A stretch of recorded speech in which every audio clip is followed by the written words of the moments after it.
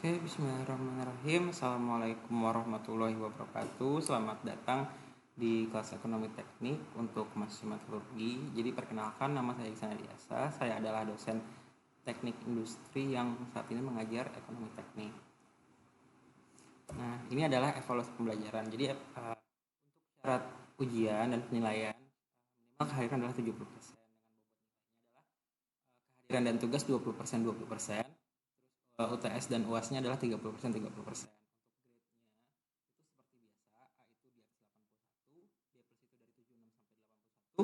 B itu dari 66 sampai 76, C plus dari 61 sampai 66, C itu dari 50 sampai 60,99, D itu dari 28 sampai 49,99, E itu dikurang dari 28.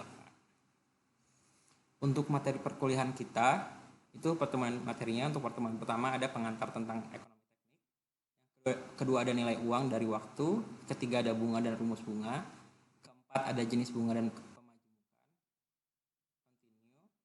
pertemuan kelima ada pemilihan alternatif ekonomi, pertemuan 6 ada perhitungan dan analisa rate of return, yang pertemuan ketujuh ada analisis titik impas dan analisis sensitivitas, pertemuan ke-8 adalah UTS, pertemuan ke-9 ada analisis risiko, pertemuan ke-10 ada depresiasi, pertemuan ke-11 ada pengaruh pajak pada analisa ekonomi teknik, pertemuan 12 ada analisa penggantian, pertemuan ke-13 ada inflasi, 14 ada analisa manfaat biaya, 15 adalah dasar-dasar penganggaran modal. Terus yang pertemuan ke-16 adalah UAS. Nah, di sini UTS dan UAS itu dilakukan secara online. Jadi nanti sifatnya tergantung di depan gimana, entah take home test atau ujian tapi online, secara langsung seperti itu. Untuk buku yang digunakan, untuk buku yang saya gunakan itu ada di Engineering Economic Analysis edisi ke-9 tahun 2004, karyanya Donald G. Newman, sama Ekonomi Teknik karyanya Inyoman Pinggawan untuk buku tahun 2004. Jadi yang buku yang saya gunakan adalah yang saat ini saya pegang untuk pembelajaran ini adalah Ekonomi Tekniknya dari Inyoman Pinggawan. Namun tambahan referensinya juga dari Engineering Economic Analysis dari Donald G. Newman seperti itu. Nah, pertemuan pertama pengantar teknik tentang ekonomi teknik. Jadi apa itu ekonomi teknik?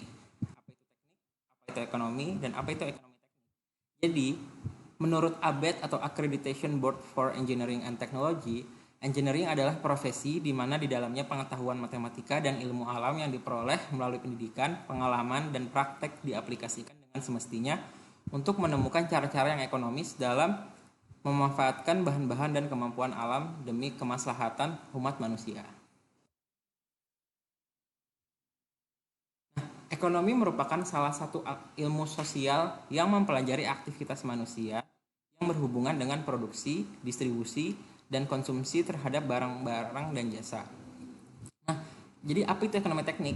Jadi ekonomi teknik adalah ilmu pengetahuan yang berorientasi pada pengungkapan dan perhitungan nilai-nilai ekonomis yang terkandung dalam suatu rencana kegiatan teknik atau engineering, di mana disiplin ilmu yang berkaitan dengan aspek-aspek ekonomi dalam teknik yang terdiri dari evaluasi sistematis dari biaya-biaya dan manfaat-manfaat usulan proyek-proyek teknik.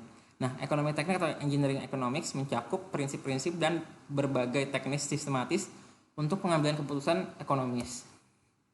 Nah, tadi kan ada di teknik itu, tadi penjelasan tentang teknik itu ada di ABET kan. ABET itu apa? ABET itu atau Accreditation Board for Engineering and Technology adalah lembaga independen yang diakui pemerintah Amerika Serikat sebagai satu-satunya lembaga yang melakukan akreditasi program pendidikan dalam bidang engineering dan teknologi. Nah, kemampuan lulusan yang diharapkan oleh ABET apa untuk seorang sarjana teknik? Itu yang pertama ada mampu menerapkan pengetahuan matematika dan sains dan engineering, mampu merancang dan melaksanakan eksperimen serta mampu melakukan analisis dan interpretasi hasilnya. Selanjutnya adalah mampu merancang komponen dan proses mampu merancang sistem, komponen, atau proses untuk keperluan tertentu.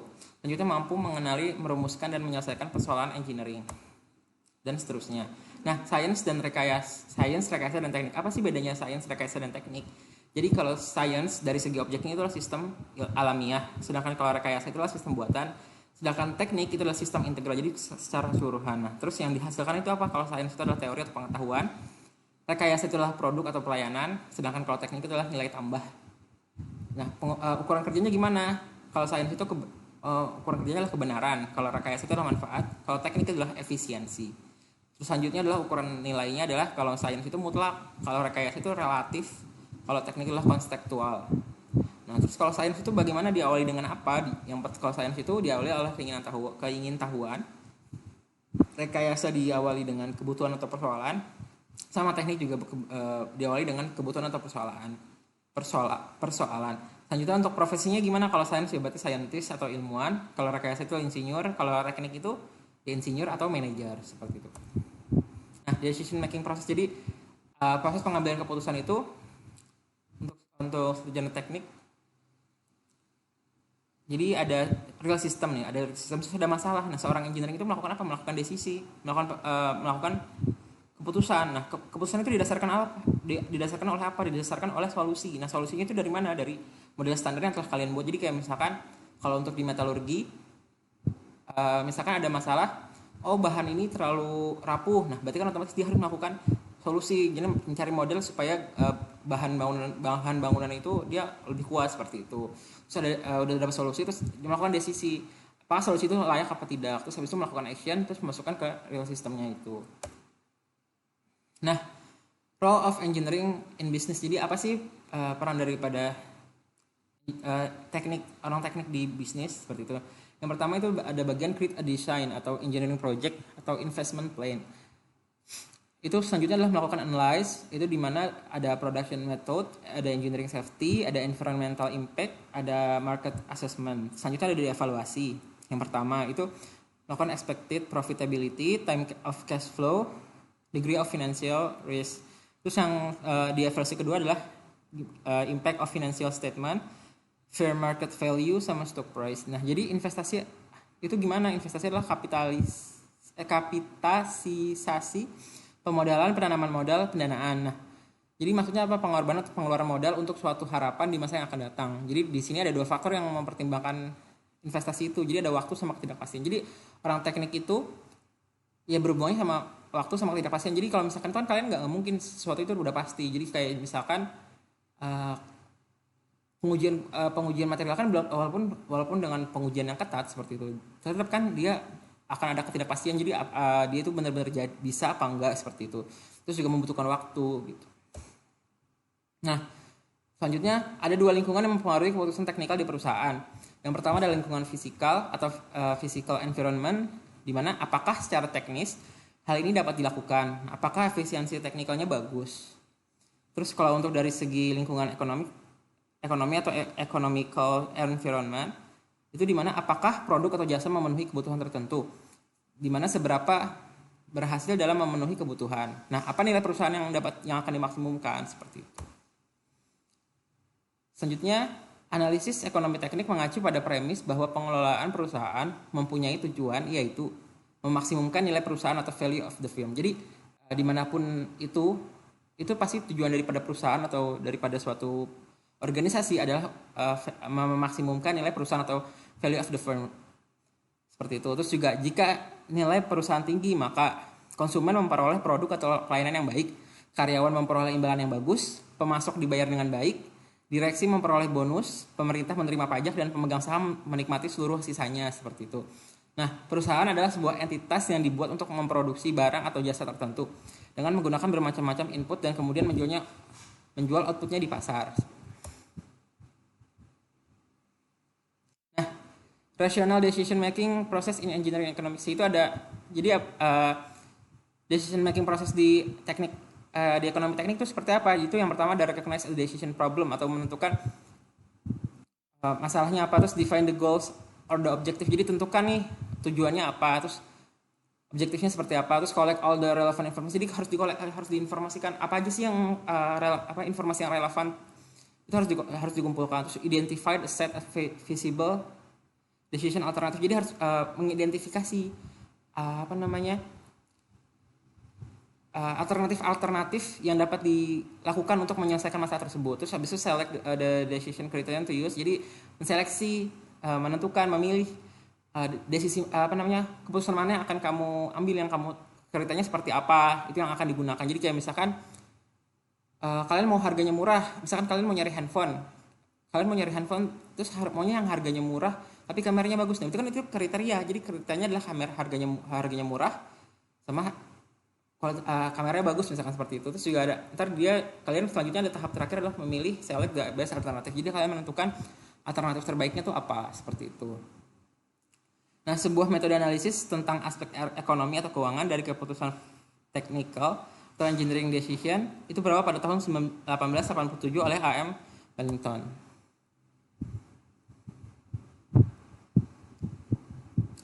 Nah, ini contoh dari rational decision making process in engineering economics. Jadi recognize a decision baru menjadi pertama itu keputusannya adalah dia butuh mobil. Nah, terus define the goals or objectivenya, dia itu mau mempunyai mobil yang security-nya bagus misalkan itu. Jadi keamanannya bagus, dia terus habis itu collect the relevant information. Jadi dia menggabungkan gather technical as well as financial data. Jadi dia menggabungkan antara kebutuhan technical sama finansial. Jadi kebutuhan keuangannya gimana. Terus identify a set of feasible decision alternatifnya adalah choose between Saturn on Honda. Jadi dia memilih antara Saturn apa Honda, seperti itu.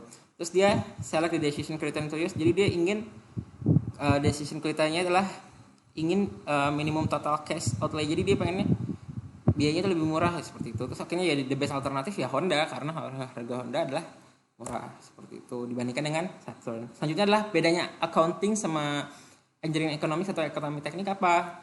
Kalau accounting itu dia menghitung masa lalu atau past, sedangkan engineering economics dia menghitung future. Jadi dia menghitung masa depan. Jadi bukan cuman menghitung data yang lampau, tapi juga kita melakukan perhitungan gimana sih investasi ke depan, pajaknya gimana, nilai uangnya berubah, seperti itu. Jadi dia melihatnya masa depan.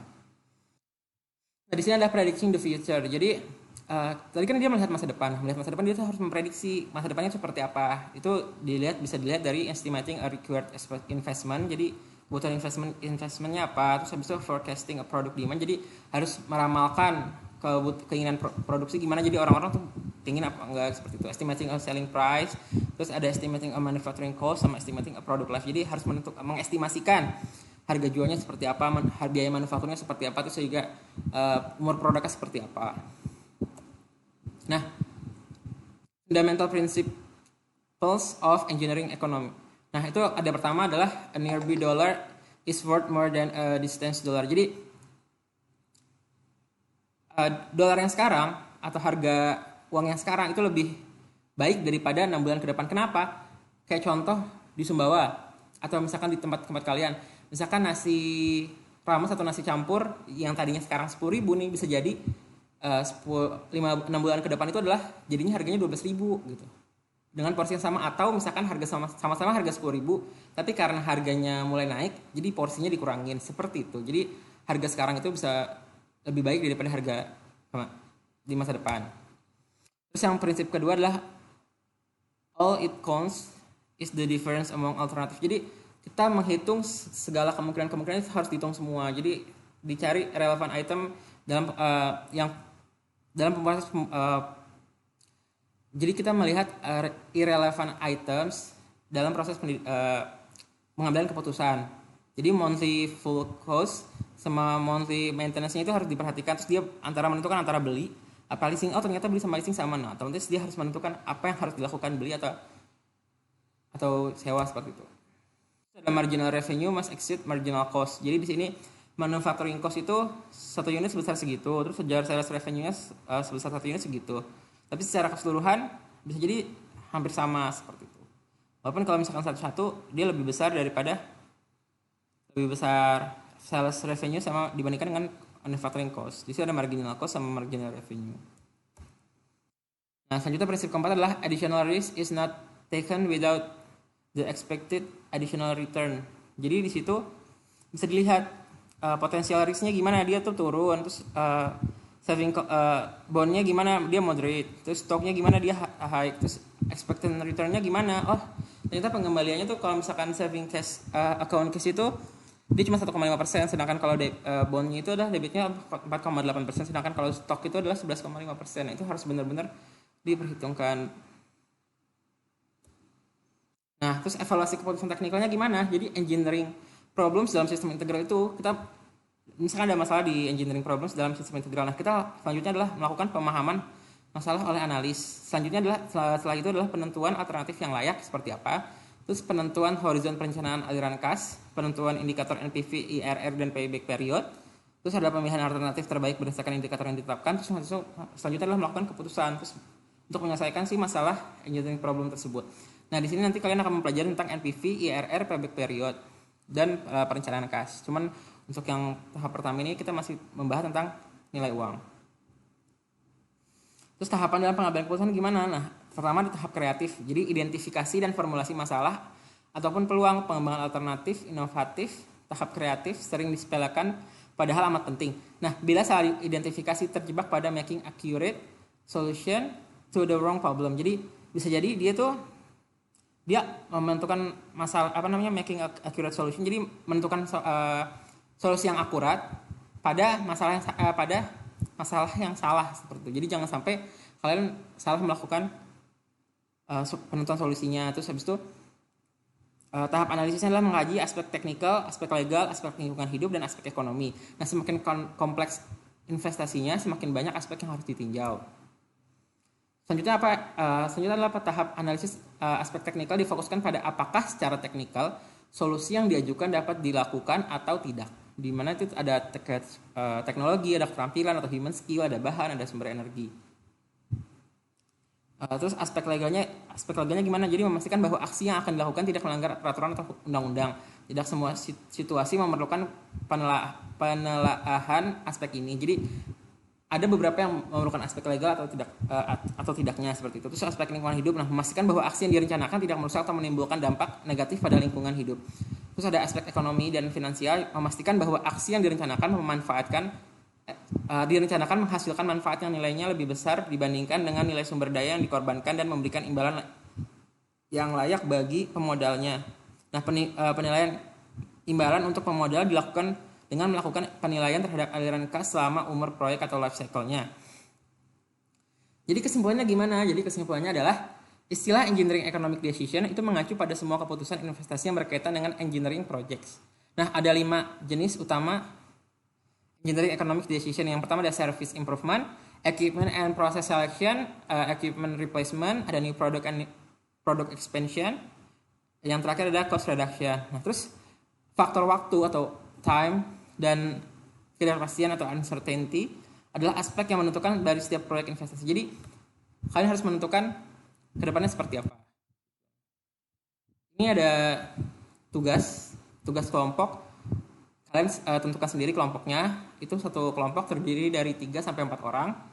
Tugasnya adalah definisikan satu kajian sistem integral. Itu yang pertama. Terus yang kedua adalah tentukan satu masalah engineering yang ada pada sistem integral yang Anda definisikan. Terus yang ketiga, jelaskan data apa saja yang dibutuhkan dalam rangka menganalisis masalah tersebut. Yang keempat adalah tentukan alternatif proposal teknik yang dapat diangkat agar masalah dapat dipecahkan. Jadi kan tadi kan ada contoh nih, misalkan keinginan daripada si contoh yang tadi, yang keinginan daripada si konsumen itu adalah dia itu ingin membeli mobil baru seperti itu. Jadi otomatis kalian tuh tapi modul. Jadi kalau contohnya itu adalah misal di teknik metalurgi itu misalkan kalian ingin membuka tambang baru. Nah, itu kalian harus menentukan, masalahnya di mana? Masalahnya adalah lokasinya tidak strategis misalkan. Lokasinya jauh, terus habis itu harus pembukaan jalan, terus ada masalahnya apa? Terus harus pembukaan jalan, terus saran-sarannya gimana? Berarti harus pengadaan jalan. Terus ternyata di dekat tambang itu ada rumah warga. Nah, itu gimana caranya supaya warga bisa pindah?